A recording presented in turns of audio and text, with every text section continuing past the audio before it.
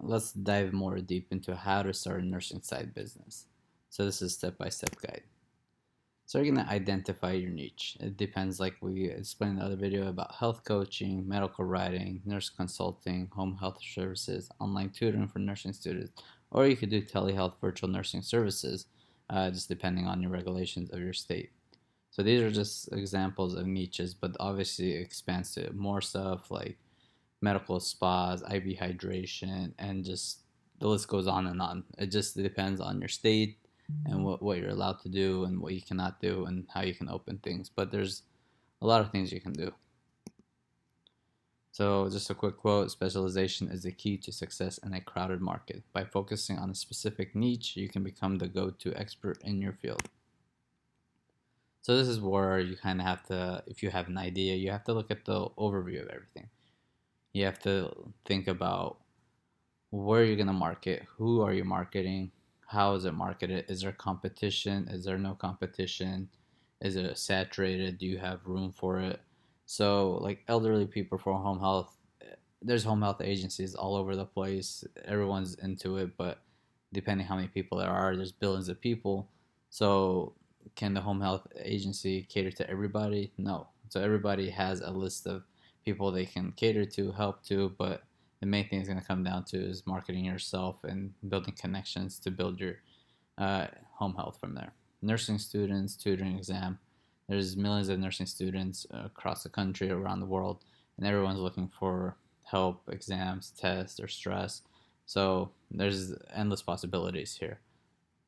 Uh, Health conscious individuals for coaching, so motivation, goals, impactful for coaching programs. A lot of people always need coaching, counseling. There's not much counselors anymore as before. And people are always looking online, like Google and stuff, looking for information, but you can't find it. So it's easier to relate to somebody, to provide them with feedback, information to continue growing. And the health business for consulting.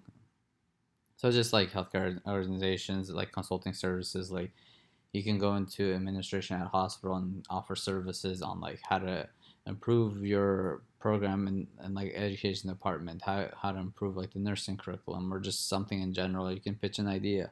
You can consult in so many different ways and help them in so many different aspects as a third party. Or you can go to skilled nurse facilities where there's more outlook and more help is needed and resources there. So knowing your audience is key to creating products, services, and content that truly resonates with them. So that's the thing. You gotta find who your audience is and what you're trying to prove and what you're trying to do. You don't want to just be like, oh well, I'm just gonna go and do IV hydration business because I heard it's easy and it's doable and everybody wants it. But it's also more of like you need to understand your research, how you're gonna market it, when are you gonna be open, how you're gonna find your clientele. Is it just gonna be a one-time thing where people just come in for hangovers? Are you gonna specialize in like iron infusions? Are you gonna specialize in like uh, pregnancy? It all depends. So this is where you have to create a business plan. You need to really write things down, define your services, set your clear goals, because we can just say things, think things, and oh, it's easy. Oh, they can do it. It's easy. Yes and no. When you set your goals, you understand what your plan is going to be and how you're going to achieve it. Pricing is another big point. So if you have competition, you kind of don't want to just go around and just undercut everybody. You can do to a certain extent if they're charging like $300 and you go and charge 150. That's kind of gonna be like, are you gonna profit from there or just gonna kill like the whole market from there? But see if why they're pricing at $300 and people are still going for it. So you should level yourself up close to it if you want. You can price it at 250 if it's giving you profit, but if not, price it at 300 and see if that's doable. You know, it's just more of like pricing structure on your location, clientele, and who's willing to pay and not pay. And target marketing strategy. So, like I said, you need to target it. So, if you're doing social media, you gotta do your SEO towards your market of age appropriate with social media platforms, if it's for social media or not, or you have to use magazines, old school, send postcards. So there's different strategies for this. It all depends on what your niche is, and establish a budget and financial goals. So the main thing is you don't want to just spend for everything and market because say you market 1,000 flyers or something or 1,000 Google ads and you get one customer. Is that worth it? Your return on investment probably sucks. So you kind of want to start slow, try things, what works, what doesn't. Market just by word of mouth is probably the best thing. Advertise with your friends, families is probably the easiest way, and just go from there. But in the end, your licensing, insurance, website hosting, marketing costs is going to be the biggest thing. But these are continuous stuff that's going to continue on that you need to price into your budget on how many clients you need and how to make enough money. So if you're pricing at $300, then that $300 maybe will cover all this and with one client. So you just have to see your thing. You want low startup costs. You don't want to have high and try to go all big. You want to start slow and then continue from there. A goal without a plan is just a wish, and that's true. So set up legal and financial foundations. This is probably the main important thing you have to do, because anything happens, you're held liable and accountable for anything. So you always want one of these. Choosing your business structure. It could be sole proprietorship, LLC, legal entity. So sole proprietorship is okay, but it doesn't really cover anything. LLC will cover you in some certain extent where business can get sued and your stuff can be safe. But it depends on your state too. So some nurses might need a professional corporation or nursing corporation on some states. So you have to just talk with a lawyer and see which works for you or your CPA. Registering your business within the state and then the city. So which is every city you're having business in, you need to have a license within that city. So this can add up pricey over a while. So this is why you have to determine your financial goals and stuff with it too. And business insurances covers everything from there. You always want the highest business insurance from there, so anything happens, everything's covered, so you don't have to worry. So, and then business banking. This is pretty much easy after a while. After you get everything set up from here, you just go to your bank, open up your account, so everything just goes through there. So everything's tracked. So when you have your taxes and everything, it gets set up this way. Your main thing is right here: your LLC, your insurance, and registering your business. These are three main components that need to establish and keep you safe and live you stress-free from there. Compliance with laws and regulations not only protects your business, but also builds your trust with the clientele's insurance. They feel secure in your services. And a lot of people will ask for your license, and they'll ask for if you're registered and stuff too. So they want to build trust from there, because anything can happen. There's a lot of scams nowadays too. And then building your online presence. Building a website is probably your key thing. You can probably build it yourself, watch a couple videos, and build it from there. You don't really need to have like a crazy professional website and pay people thousands of dollars. You can and you can't. Nowadays, there's AI generators that can just generate a whole website, and you can just tailor it to your liking from there.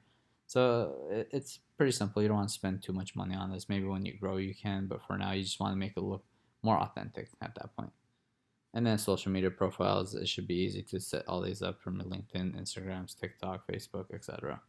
And then if you want, start a blog or YouTube channel to generate people to your product or whatever it is. So like a YouTube channel, if you're talking about like medical spas and stuff, and you build a clientele from products and all that stuff, and then you showcase your website, you draw a easy traffic and viewership from there, or a blog with all the links that link into maybe services you sell or do. So online presence is probably the biggest thing, because a lot of folks now are online. They have phones, iPads, etc. And then pretty much right here, today your online presence is often the first impression potential clients have of your business. A strong professional digital footprint can establish trust and credibility, making it easier to attract and convert leads. So reviews will be a big important step in generating your leads for building trust too. And marketing. Word of mouth, probably the easiest thing. So if you're already working at a hospital institution, you can promote it through there, let people know. You can talk to case managers, social workers, doctors, whoever it is, because these guys are seeing clients and patients every day, and it can pop up and they can mention it. I just have to see with your policies, procedures, if it's allowed. But usually it is. If it's like a home health service, you can talk with your case managers or social workers.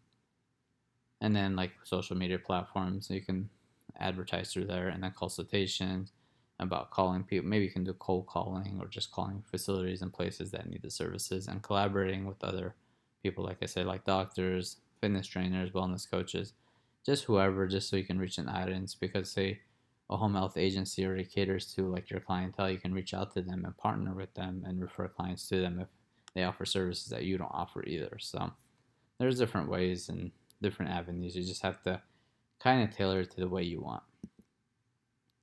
And effective marketing is the lifeblood of any successful business, helping attract its first customers and establish a strong reputation in its niche. So once you get that first customer, you're going to start learning a lot. After you get like 5, 6, 7, all the way up to 10, 20, you're going to start learning more and more, but you're always going to be tailoring and adjusting your business. So things aren't always smooth sailing, but you'll get the hang of it after a couple times. And managing your time and work-life balance. This isn't like you're going to go in, clock out, and leave it at work. This is an ongoing thing, so you have to like really figure out your schedule and find out what you got to do. Say you're working all day. Say you're going to spend 2 hours at night like figuring out what you're going to do. You're going to create your website. You're going to create leads. Are you going to hire somebody? What are you going to do? And set boundaries. You don't want to be working during your primary job. You don't want to be doing extra things and burning yourself out, and you got to prioritize yourself. So it just basically you got to find your own time. Say like you work Monday to Friday, you're going to say I'm going to dedicate Saturday, Sunday for it. Or you work Monday to Friday, you're going to dedicate like 9 p.m. to 11 p.m. and that's it. You just have to really be structured because it can easily get out of hand and you're going to be all over the place and get stress yourself out. So you kind of just have a routine from it. And then you want to track your progress and scale. So always want to keep like your client data. You always want to have an Excel sheet. You always want to track everything, your expenses, your margins, everything in general, just to see if you're growing. Because if you're not growing and you're just losing money over time and data shows it, you got to figure out what's going on. So if you're tracking it, things are looking good, then that's really a motivation booster for you because things are going in the right direction. But how do you grow bigger? So there's always going to be that how. How are you going to do this? What are you going to do? So it's just more about keeping track and keeping things together. So it sounds like it's simple, but in the end, it's a lot of time commitment and self-motivation at that point. But anybody can do it, honestly. It doesn't take a lot of work. If, like people think it's like, oh, I'm going to suffer so much. No, it's you make it what it is. You control what you want, how much you want. If you want to grow so hard, you work hard. If you don't want to grow, you just do it as fun, then so be it. You choose what you want to do. The options are endless and it's open and it's at your fingertips. So other than that, tracking progress allows you to identify areas for improvement, capitalize on your strengths, and make informed decisions about expanding your business. Any questions, comment, like, subscribe. Let me know what you guys think. Peace.